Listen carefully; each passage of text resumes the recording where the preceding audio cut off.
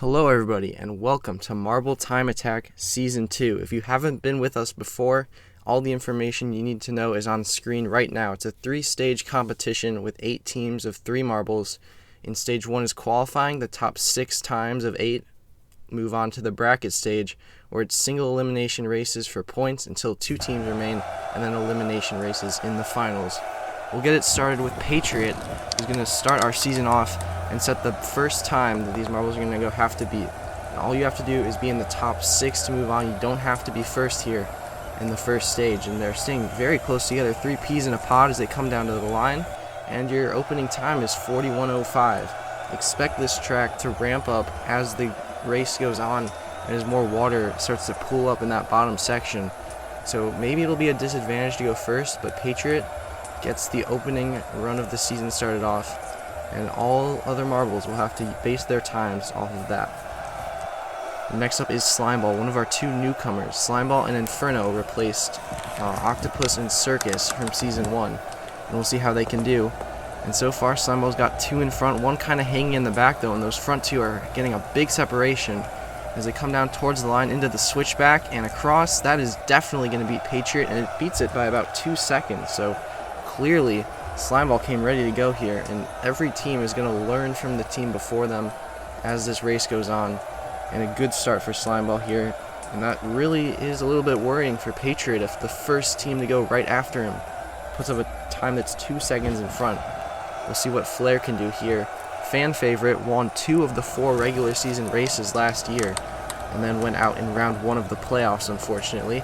He's got 2 really quick out in the front here. 1 is really bringing up the rear though, but these first 2 are putting in an incredibly quick time. 1 actually goes over the lip, and the other 2 take the normal switchback, and it's 35 seconds, which, if you're paying attention, that's 6 seconds faster than what Patriot put up and 4 faster than Slimeball. So the track is just completely changing with every run here, and Flair gets the benefit of running third, I guess. That means he's automatically safe. The top 6 are in, so Patriot and Slimeball on the chopping block. For our second of our 2 new runners this year, Inferno. He's been in a couple of competitions on the channel, but this is his first time in Marble Time Attack here. And on this brand new track, here he goes. They've got 3 peas in a pod, all close together again. 2 go over the lip. That should be good for them. They didn't have to do the whole switchback, and it's another improvement. Every single marble has improved on the previous time. This one by about 3/10 of a second overall, but any improvement is a big improvement here. And it means Inferno is safe. Patriot and Slimeball remain on the chopping block as we're halfway through qualifying. And there's your list of the 4 times that have happened here. It's a very big spread through these times. I don't think we had a spread of 7 seconds between first and last at all last season, so this track is really changing. And now we have Cyclone here. He's got the lead, and that first one has got a huge lead. The other 2 are not even on the screen here. It does not take the switchback here, and it looks like that switchback section might be getting kind of knocked out of the track. Those 2 in the back were very slow though, so it's only going to be 3rd place currently, which is good enough, but it's not going to be good enough for the top 2, which gets a first round bye in the bracket stage. And I don't really know how those back 2 took so long to get down, but it's a good thing that the switchback wasn't part of it, or else they definitely probably would have lost out to Slimeball. Now here's Tree Frog. Oh, and 1 goes over the wall, and that's going to be a DNF, which is 3 seconds added on to the 2nd place marbles time. So these 2 have got to hustle to the bottom of the track here, and as they come down, they are going to finish, but the overall time is actually going to be good enough, 38:89, which is just about a 1/10 and a half slower than what Cyclone just put in, and Cyclone had all 3 finishing, so these 2 were very quick at getting down, and so quick that it's going to be okay, and they're guaranteed advancing. Patriot and Slimeball still on the chopping block, and if Supernova gets in front of either of them, then Patriot will be eliminated, and Slimeball will have 1 life left. Could be knocked out by Titanic next. Supernova's got 2 in front.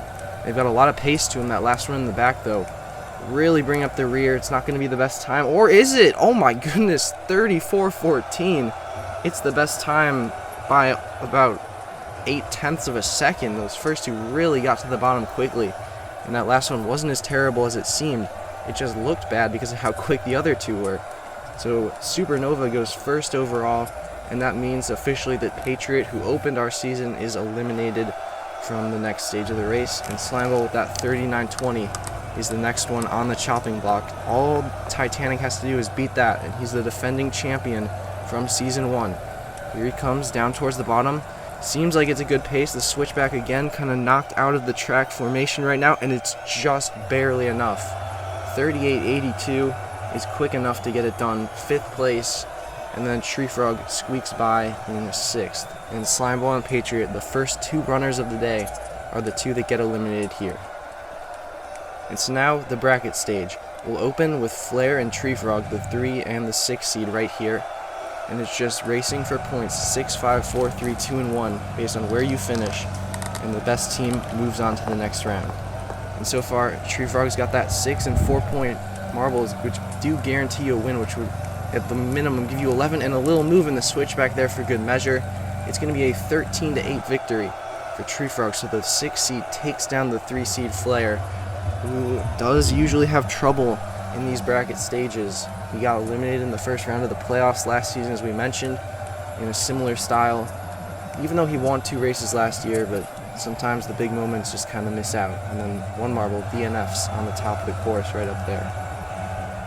So next up is the 4 and 5 seed, Cyclone versus Titanic, a finals rematch of last year where Cyclone won the first 3 races, and then Titanic won the next 4, completing a reverse sweep. And it's Cyclone, though, with the advantage. He's got 1 marble in the 6, 1 marble in the 4-point range. As they come down towards the bottom, oh, Titanic gets 3 in the middle. That's 5-4-3, which completes a 12-9 win. He knocks that Cyclone out of the way to get the win. Otherwise, it was going to be Cyclone's. So Titanic still has his number. And let's watch how this race develops here.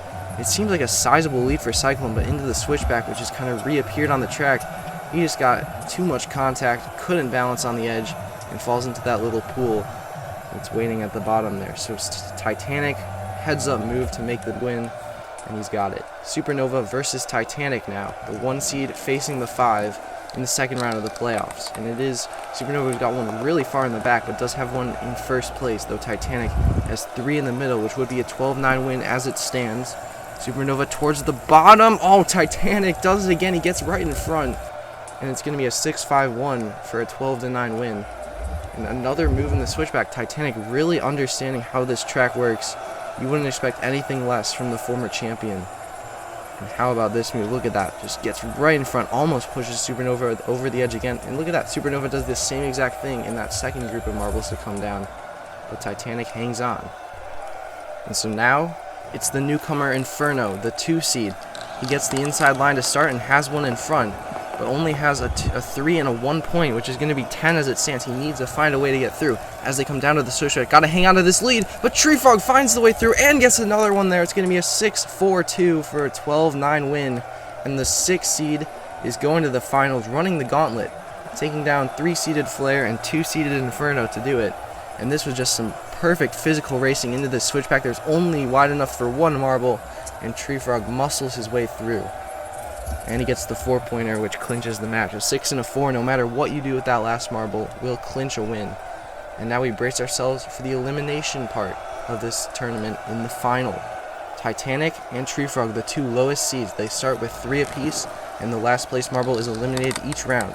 Titanic currently has one in last. Oh, but there's trouble for Tree Frog, and he's got one stuck high on the course, right on that bridge section. There's another one that also DNFs, but that one doesn't matter. It's only the last place one that gets eliminated. So it's a 3-2 advantage for Titanic as we go into the second race of the finals. And Tree Frog's got them in much better position this time. First and third as it stands. They're all snaking down together here. That first one might be vulnerable. If they can push it out of the way, it's the textbook move from Titanic, and it's a 3-1 lead. Now it'll have to be a reverse sweep for Tree Frog to get this win. Otherwise it's Titanic. Oh, and there's a little bit of help, as the one Titanic does not finish the race. Did it matter for Tree Frog? Oh, it almost did. Almost went over the edge. It didn't matter in the end. 2-1. Titanic still has the numbers advantage, but Tree Frog has the track position as they go down one more time. He's got a sizable lead here. These two need to figure out a way to catch up. Can they hit him with the block? They miss it just a little bit off, and it's a pure 1v1 for the final here. Tree Frog could reverse sweep unless Titanic has something to say about it.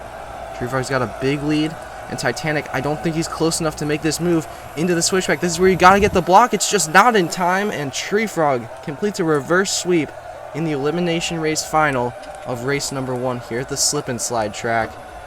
How about that? Tree Frog is a winner, and that means he clinches the playoffs, as that's how this format works in Time Attack. 4 races. If 4 marbles individually win, then those 4 will make the playoffs, but if one doubles up, then points will come into play. But for now, Tree Frog is a playoff marble, clinched with that little X next to his name. The rest of them have some points to take away from this. We'll see you back here next week for race number 2 of the season at the underpass. Until then, thanks for watching and take care.